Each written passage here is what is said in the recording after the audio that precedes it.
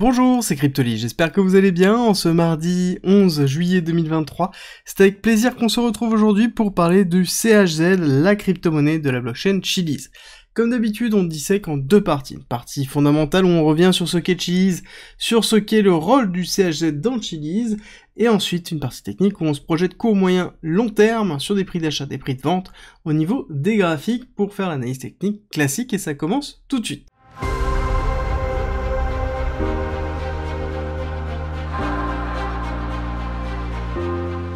Chiliz est une blockchain spécialisée. Ça veut dire quoi? Ça veut dire que ce n'est pas une blockchain d'infrastructure comme on peut avoir l'habitude d'avoir, mais qui est plus une blockchain vraiment pour mettre à disposition un ensemble d'outils pour construire des applications décentralisées et des tokens, vraiment rentrant dans une spécialisation. Sa spécialisation, c'est le sport et l'entertainment, donc ça veut dire le divertissement et le sport d'ordre général, et même pour aller plus loin, c'est vraiment la tokenisation de tout ce qui est autour du sport et du divertissement. Principalement, ils sont connus pour la tokenisation des fan clubs que l'on retrouve régulièrement. Alors ça, c'était leur ancienne image. Maintenant, c'est leur nouvelle image. On voit qu'ils ont une image qui est beaucoup plus dynamique, qui est vraiment tournée vers le fait de montrer que c'est simple pour pouvoir construire une application autour de la tokenisation et que c'est simple d'utiliser justement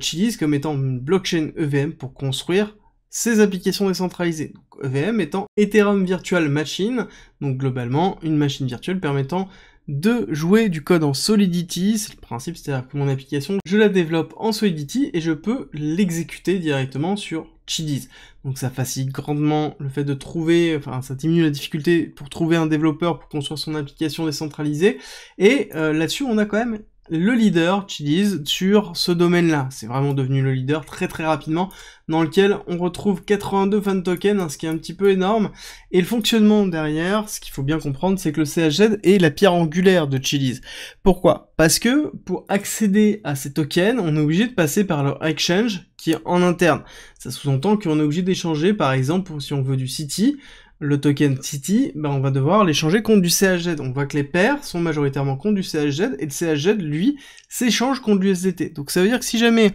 je suis un exchange, et que je veux proposer un token qui est par exemple le PSG, je vais être obligé d'avoir une valorisation en CHZ dans un premier temps, avant de pouvoir offrir mes utilisateurs ce PSG/USDT, sous-entendu, avant j'aurais dû avoir une valorisation du CHZ. C'est vraiment important de le comprendre, ça veut dire que tous les assets qui sont construits au-dessus du CHZ vont contribuer à la valorisation du CHZ. Par contre, il faut faire attention parce qu'il y a beaucoup de tokens, oui, on en a parlé donc de 82, à l'heure actuelle sont relativement faibles. On voit assez peu de grosses valorisations qu'on pourrait avoir en possédant ces fan tokens. C'est majoritairement de la spéculation, alors qu'on pourrait construire des choses très poussées avec des systèmes de fidélisation, des valorisations supplémentaires au niveau des différents matchs, etc., etc. Et ce n'est pas encore vraiment poussé et ça se voit que c'est encore dans les prémices. Il va falloir être patient dans l'évolution. En tout cas, clairement, ils sont en train de se préparer pour le prochain bull run à travers le lancement de Chiliz 2.0, donc qui s'appelle Scoville, dans lequel c'est l'évolution de la blockchain actuelle qui est beaucoup plus scalable, qui est EVM compatible, qui permet vraiment de faire beaucoup plus de choses et de se préparer à la suite. Et ils vont même encore plus loin parce que justement cette blockchain 2.0 aura pour vocation d'offrir une notion de gouvernance totalement différente qui sera le Proof of Stake Authority qui permettra d'avoir une clusterisation au niveau de la gouvernance, donc quelque chose qui sera beaucoup plus robuste et peut-être avec un petit peu plus de flexibilité pour justement les différents utilisateurs de la blockchain, donc sous-entendu ceux qui construisent des applications décentralisées utilisant et créant les fan tokens derrière. On a terminé dans la partie fondamentale, on va attaquer la partie technique dans laquelle on retrouve exactement les patterns habituels que l'on a au niveau de ce type d'actifs. On va juste se mettre aujourd'hui en logarithmique, en tout cas dans la première partie, dans laquelle on a une accumulation effective qui s'est mise en place avec un retest, accélération haussière, retest, deuxième accélération qui a été effectué en mars 2021, qui correspond à quoi? Tout simplement à la saturation d'Ethereum au niveau de l'avènement de la finance décentralisée, dans lequel on a eu justement une valorisation de l'ensemble des autres blockchains qui pouvaient proposer des applications décentralisées, et là-dessus, Chiliz a vraiment eu son moment de gloire avec un ATH qui a été effectué, et ensuite un retest qui a été fait un mois après, en avril, dans lequel on a un BCARST, donc classique dans une distribution de Wyckoff, et actuellement nous sommes dans le saut, donc dans le Sign of Witness, qui est une accumulation de Wyckoff en attendant de faire un Uptrust étant l'accélération haussière permettant de faire un nouvel ATH. Par contre, il va falloir être patient, parce qu'on voit bien qu'on a eu une très bonne valorisation sur la fin d'année 2022, et ensuite on a eu une cassure baissière très très forte avec FTX, et on n'est jamais revenu ne serait-ce qu'à la moitié de la cassure de FTX. D'accord, on regarde la cassure totale que l'on a eu depuis le début, ouais, on va dire jusque là, qui a été vraiment l'arrêt, on voit qu'on n'est même pas remonté au 618, on n'a même pas touché les 0,5, donc on est vraiment très très loin du retracement structurel que l'on pourrait attendre, donc ça montre une faiblesse totalement du CHZ, qui est en même temps logique, parce que actuellement on a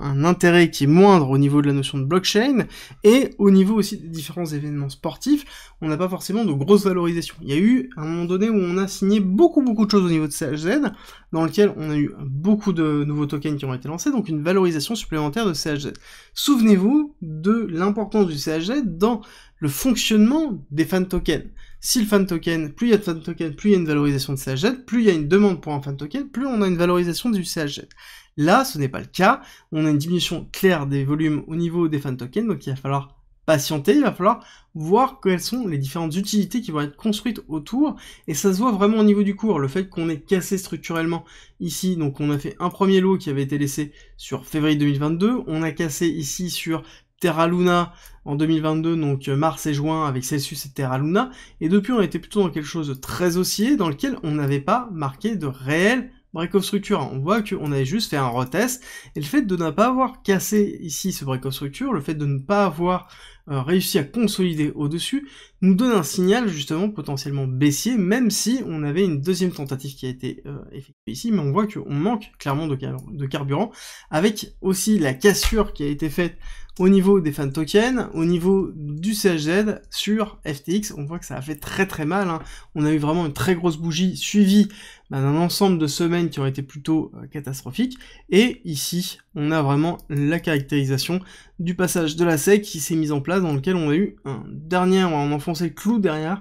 dans lequel on avait potentiellement un SCST-STB, c'est exactement ce qui est en train de se passer ici dans l'accumulation qui se trouve dans le spring. Donc on est dans la fin d'une accumulation et nous sommes dans une accumulation à ce moment-là. Alors là-dessus le STB, est-ce qu'il est terminé? J'ai envie de vous dire, je pense pas. Je pense pas, clairement, parce que on a actuellement une baisse du prix qui est relativement visible, dans lequel on voit qu'on n'arrive pas à retracer ne serait-ce encore 50% de la chute ici. Donc pour moi, on va avoir une continuité baissière pour une target ici qui avait été fixée au niveau de l'order block et au niveau de la target 1.1 de l'accélération baissière, de la première accélération baissière qu'on a vue, qui serait à 0,047. Je pense qu'on pourrait même aller chercher l'extension à 0,023, donc le CHZ, il va falloir vraiment être patient, et nous sommes toujours dans la partie basse de la spot zone si on souhaite s'exposer à ce type d'actif en prenant en considération tous les risques. Alors, qu'est-ce qu'il faut pour que CHZ puisse performer? Déjà, il faut du volume, il faut des nouveaux tokens, il faut qu'il y ait un engouement au niveau de ces tokens, il faut qu'il y ait une utilité au niveau de ces tokens. On n'oublie pas qu'il y a deux choses qui donnent la valeur à un projet. Un, la spéculation, donc ça veut dire la possible valeur que le projet pourrait apporter, donc là on est dans l'hypothèse d'une valorisation des use cases que pourrait donner la blockchain, et ensuite on a les véritables use cases avec les utilisateurs qui arrivent avec. Donc on a vraiment la prévision de ce que ça pourrait faire, et globalement ce que ça fait réellement, et l'utilisation qui est effectuée. Donc là on a eu la valorisation spéculative, maintenant il va falloir voir quelle va être la valorisation réelle que l'on va avoir par la suite, parce que c'est ce qui va déterminer la suite du cours. C'est ce qui va déterminer si oui ou non on arrive à repasser au-dessus avec un cassage de target au-dessus des 0,35, dans lequel on irait faire un break of structure suffisamment fort pour se dire qu'on repart à la hausse. Ensuite, deuxième target, où là il va y avoir beaucoup de monde qui va sortir quand on va arriver dans cette zone-là, donc de 0,55 à 0,65,